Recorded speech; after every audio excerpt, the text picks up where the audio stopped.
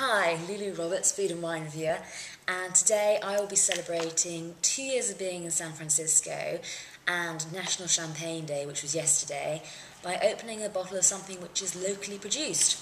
And today it will be the Gloria Ferreira, I hope I pronounced that correctly, Sonoma Brut sparkling wine, which is produced in the Champenoise method or style. This retails normally at about sort of $19, $20. I'm very much looking forward to trying today. I'm going to open it and we're just going to try not to let it make too much of a noise. Okay, bear with me a second.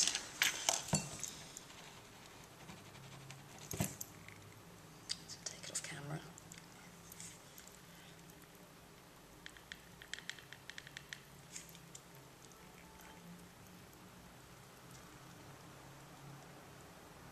Oh dear, I'm going to do it quietly. Oh, drat. Shouldn't make that noise, but there we are, it did. Now, of course, the problem with trying champagne, or trying to taste it, is the bubbles. They get in the way. And so often what you will find is people will actually say to you to actually try and get rid of them. But, I mean, what is champagne without the bubbles? That's the thing. What you really want to do is try and get as much as you can out of the nose, and then kind of go back in and appreciate the bubbles, I'd say, on the second or third sip. Lovely nose on this.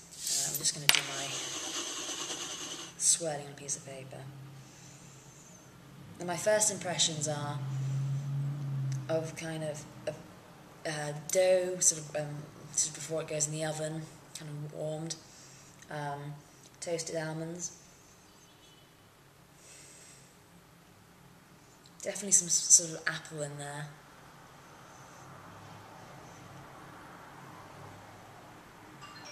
A little bit of greenness. Let's try it.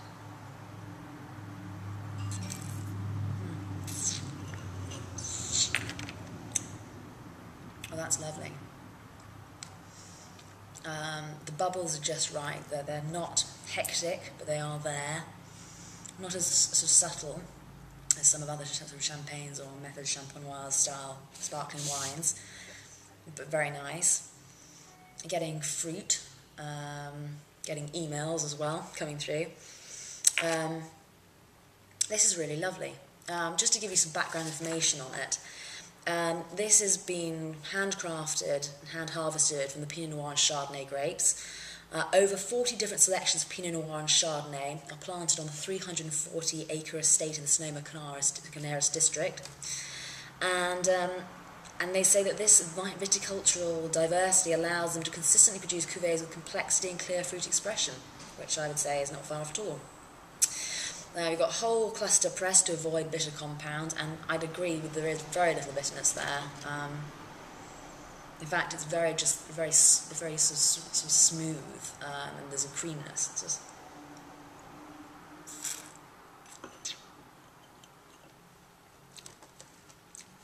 it's not got that, certain sparkling wines you get a sort of bite and a cheapness. None of that at all. 20 to 25% of the first press is added to add a richness and structure to the base blend. I would definitely agree. There's structure there, and there's richness. Not as much as some champagnes, but for a sparkling wine, this is very, very drinkable. You've got a clean fermentation process, and this is interesting.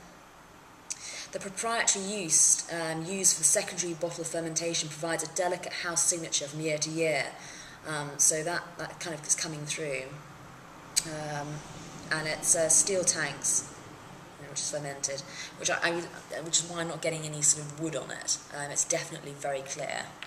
I'm going to pour a little bit more.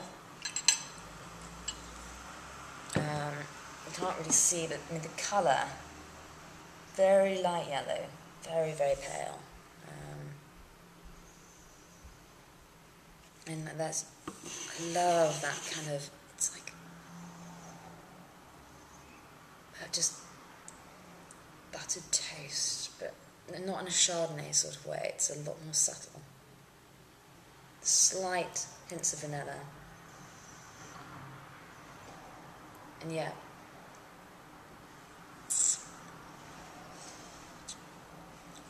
I love those bubbles. On the palate there's more fruit. An apple. Maybe a little bit of clementine. Something else. I need to think about that one. But all in all, the Sonoma Brut, really very drinkable. This is something that I would quite happily take to a party or give to someone as a gift because it's not disappointing. Regard to the bubbles, I'm happy with them. Jolly nice drinking. Lulu Roberts, food and wine reviewer, the Sonoma Brut, Method Champenoise, sparkling wine from Sonoma County. Thank you for tuning in. Have a great day. Bye.